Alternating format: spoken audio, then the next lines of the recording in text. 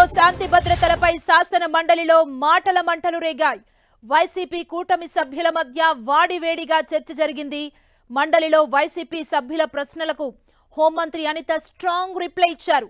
గత వైసీపీ ప్రభుత్వంతో పోలిస్తే తమ హయాంలో క్రైమ్ రేట్ తగ్గిందని హోంమంత్రి అనిత అన్నారు. అత్యాచారం ఘటనల్ని రాజకీయం చేయొద్దని అనిత ఆగ్రహం వ్యక్తం చేశారు. నిర్భయ చట్టాన్ని పక్కన పెట్టి దిశా చట్టాన్ని తెచ్చారని హోంమంత్రి అనిత ఆరోపించారు.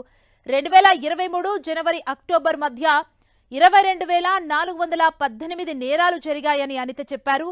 తమ ప్రభుత్వ హయాంలో క్రైమ్ రేట్ తగ్గడమే కాకుండా ఇప్పటి వరకు 14,650 కేసులు మాత్రమే నమోదయ్యాయని హోంమంత్రి అనిత స్పష్టం చేశారు.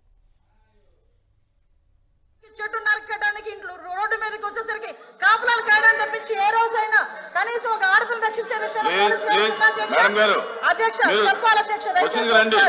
ఇంకొన్ని విషయం అధ్యక్ష, దిశ చట్టము దిశ యాప్ గురించి మాట్లాడుతున్నారు. గౌరవ సభ్యులు కూడా పోలీస్ డిపార్ట్మెంట్ నుంచి వచ్చారన్నారు.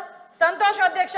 అధ్యక్ష, పోలీస్ డిపార్ట్మెంట్ లో వచ్చిన మా సభ్యులకి కానీ మీ చైర్కి కానీ అడుగుతున్నాను అధ్యక్ష, అసలు దిశా చట్టం అనేది ఉందా? దిశా చట్టం చట్టబద్ధత జరిగిందా? దిశా చట్టం చట్టబద్ధత లేకుండా దిశా పోలీస్ స్టేషన్ ఏర్పాటు చేసుకుని రాజమండ్రిలో దిశా పోలీస్ స్టేషన్ ఇదే సభ్యులందరూ కలిపి అప్పుడున్న మాజీ సీఎం గారు జగన్మోహన్ రెడ్డితో కలిపి రిబ్బన్ కట్ చేయించారు అధ్యక్ష.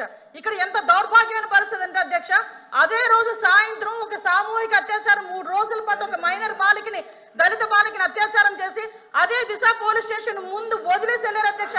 పోలీసులకి ఛాలెంజ్ చేశారు అధ్యక్ష ఒక రేపులు చేసే వ్యక్తి. ఆ రోజు ఏం జరిగింది అధ్యక్ష? నిజంగానే దిశ యాప్ ద్వారా నిజంగానే నేరాలు తగ్గించేసాము, లేకపోతే నేరాలకు సంబంధించి మేము చాలా మందిని పట్టేసుకున్నామంటే రికార్డ్స్ ఎందుకు నేరాలు పెరిగిపోయినాయని చెప్తుంది అధ్యక్ష. దిశ యాప్ కాదు అధ్యక్ష, ఈ రోజు దిశ పోలీస్ స్టేషన్ అన్నారు. ఆ రోజు మహిళా పోలీస్ స్టేషన్ బోర్డులు తీసి దిశ పోలీస్ స్టేషన్ అని పెట్టడం నిజం కాదా అధ్యక్ష? మీ సభ్యులు చెప్పాలి. పోలీస్ ఆఫీసర్ కదా ఆయన. ఆ రోజు దిశ మహిళా పోలీస్ స్టేషన్ బోర్డులు మార్చి దిశ పోలీస్ స్టేషన్ అని ఏర్పాటు చేసి ఈవెన్ నిర్భయ యాక్ట్ గురించి చెప్పారు. నేను అన్ని విషయాలు మాట్లాడడానికి సిద్ధపడి అక్కడికి వచ్చా. నిర్భయ యాక్ట్ గురించి మాట్లాడారు అధ్యక్ష. దిశా చట్టం అని చెప్పి లేని చట్టాన్ని తీసుకొచ్చిన తర్వాత చాలా మంది దిశా పోలీస్ స్టేషన్కి వెళ్ళి మీకు కంప్లైంట్ ఇచ్చామంటే దిశా చట్టం ద్వారా మేము నోట్ చేస్తున్నామన్నారు. నిర్భయ చట్టాన్ని కనీసం పెట్టడానికి కూడా ముందుకు రాలేదు అధ్యక్ష.